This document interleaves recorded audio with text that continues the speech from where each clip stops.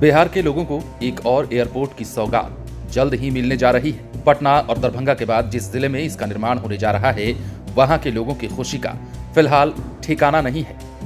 बिहार में एक और एयरपोर्ट जल्द ही चालू होने वाला है।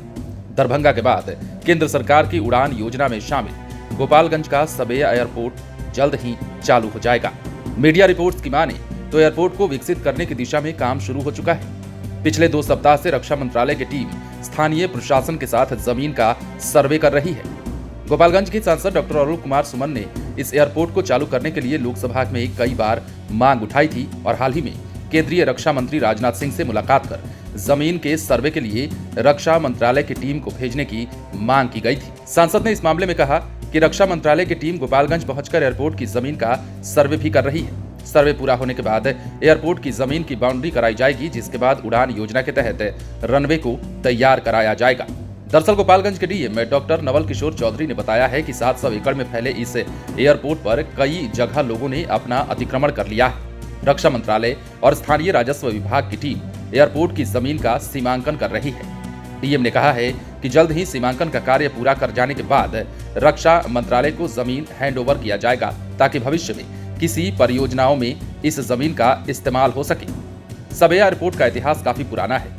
अंग्रेजों ने 1868 में सबैया में 700 एकड़ में फैले इस जमीन पर इस हवाई अड्डे को बनाया था। चीन के नजदीक होने के कारण रक्षा के दृष्टिकोण से ये हवाई अड्डा काफी संवेदनशील था। आजादी के बाद रक्षा मंत्रालय ने इस एयरपोर्ट को ओवरटेक करने के बाद इसे विकसित करने की जगह उपेक्षित छोड़ दिया था। दरअसल ये भी जान लीजिए कि बिहार में सबसे अधिक गोपालगंज और सिवान के करीब 1.5 लाख से अधिक लोग विदेशों में रह रहे हैं। इनमें से खाड़ी देशों जैसे Muscat, Oman, Saudi, Iran, Bahrain और दुबई में लोग अक्सर यहां से आते और जाते रहते हैं। सिवान के बाद विदेशी मुद्रा की सर्वाधिक आवक गोपालगंज में है। यहां से गोरखपुर एयरफोर्स का यूनिट 120 किलोमीटर पर है, इसलिए केंद्र सरकार ने पिछले साल सबैया एयरपोर्ट को उड़ान योजना में शामिल किया।